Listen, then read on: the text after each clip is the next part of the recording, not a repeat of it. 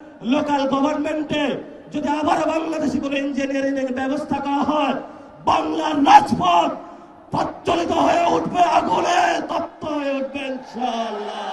হয়তো আমাদের রক্ত থাকবে, নয়তো বাংলাদেশের আজাদী থাকবে ইনশাআল্লাহ। আপনারা এখানে গত 17 বছরে কারা কারা মামলা খেয়েছেন বা পুলিশের হলো একটাও ডান্ডা বাড়ি খেয়েছেন, সবাই একটু কষ্ট করে হাতটা তুলবেন। এই যে অধিকাংশ লোক গত 17 বছরে এখানে হলো নিগৃহীত, নির্যাতিত। এবং আজকে আমাদের যে ব্যানারের শিরোনাম সেটা আমরা দিয়েছি আওয়ামী ফ্যাসিস্ট কর্তৃক সংগঠিত সকল গুম, খুন ও গণহত্যার বিচারের দাবিতে। গত 17 বছরে বাংলাদেশে কয়েকটি গণহত্যা সংগঠিত হয়েছিল। 28 অক্টোবর একটি গণহত্যা সংগঠিত হয়েছিল, শাপলাতে একটি গণহত্যা সংগঠিত হয়েছিল, 24-এ একটি গণহত্যা সংগঠিত হয়েছিল, পিলখানায় একটি গণহত্যা সংগঠিত হয়েছিল। আর অসংখ্য মা বোনের কোলের কত সন্তান যে নিভৃতে চলে গিয়েছিল, সে মুকাদ্দাস ওয়ালি থেকে শুরু করে সেই নোমানি বাই থেকে শুরু করে বাংলার প্রত্যন্ত অঞ্চলে কত রাজপথ যে রঞ্জিত হয়েছিল রক্তে, সেগুলো বাংলার আকাশ বাতাস এখনো সাক্ষী আছে। কয়েকদিন আগে প্রধানমন্ত্রী একটি বক্তব্য দিয়েছিলেন যে আমার যে মেরুদণ্ডটা ভাঙা হয়েছিল, আমি যদি প্রতিশোধ নেই তাহলে কি আমার মেরুদণ্ড ফেরত পাবো কিনা, তিনি এই বক্তব্যটা রেখেছিলেন। আমি সবিনয়ে মাননীয় প্রধানমন্ত্রীর কাছে জানাতে চাই, এই যে এখানে এতগুলো মানুষ উপস্থিত হয়েছে, যাদেরকে অন্ধকার প্রকোষ্ঠে রাখা হয়েছিল, যাদের বাপকে হলো থানায়, জেলায়, পুরো বাংলাদেশের বিভিন্ন কারাগারে ঘুরানো হয়েছিল, এই মানুষগুলো প্রতিশোধ চায় না, কিন্তু আমরা বিচারে বিশ্বাসী। আমরা বাংলাদেশে বিচার চাই। যদি বিএনপি সরকার বাংলাদেশে আমাদের এই মজলুম মানুষের বিচার করতে সক্ষম না হয়, ইনশাআল্লাহ 11 দলীয় জোট আগামী নির্বাচনে ক্ষমতায় গিয়ে আওয়ামী ফ্যাসিস্ট আমলের সকল গুম, খুন, নির্যাতন এবং জুলুমের বিচার বাংলার মাটিতে করবে ইনশাআল্লাহ। বিচারের দাবিতে আমরা মাঠে ছিলাম, আছি, ভবিষ্যতে থাকব। বিচার নিয়ে আমরা কোনো 1 সেকেন্ডও কোনো কম্প্রোমাইজ করব না।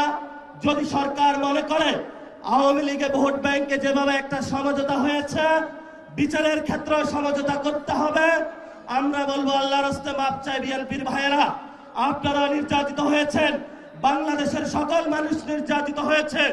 নির্যাতিত যারা মজলুম আছে, মজলুমদের পক্ষে আল্লাহ আছে, এই মজলুমদের পক্ষে আমরা থাকবো ইনশাআল্লাহ।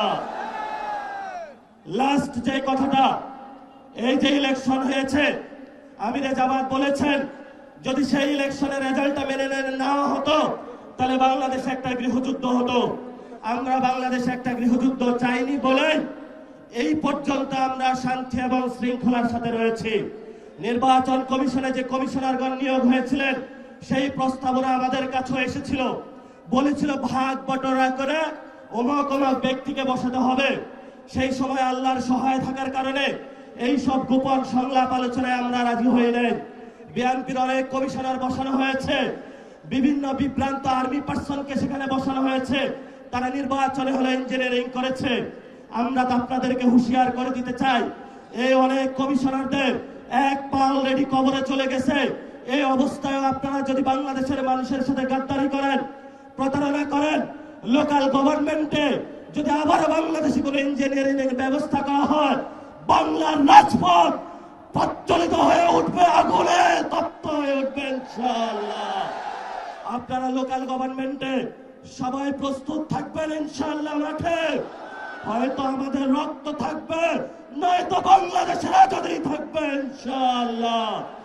আমরা ইনশাআল্লাহ 11 দলীয় জোটের যারা নেতৃবৃন্দ এখানে আছেন, তাদের নেতৃত্বে বাংলাদেশের মানুষের পক্ষ হয়ে একটি সুষ্ঠু গণতান্ত্রিক প্রক্রিয়ার মধ্য দিয়ে এগিয়ে যাব। এটাই বাংলাদেশ, এটাই আবু সাইদের বাংলাদেশ, এটাই হলো শহীদ মুগ্ধের বাংলাদেশ, এটাই হলো শহীদ ওয়াসিমের বাংলাদেশ। সবাইকে আসসালাম। রাজপথে থাকবেন, রাজপথ ছাড়বেন না। রাজপথে মুক্তির সমাধান, রাজপথে আজাদীর সমাধান, রাজপথে বাংলাদেশের সমাধান, রাজপথে হলো সার্বভৌমত্বের সমাধান, রাজপথ হলো ইসলামকে সার্বভৌমত্ব রক্ষার সমাধান। এই সমাধান আমাদেরকে ইমানি দায়িত্ব দেশপ্রেমের দায়িত্ব, এই দায়িত্ব আমাদেরকে আদায় করে ইনশাআল্লাহ আমরা ঘরে ফিরবো। আসসালামু আলাইকুম।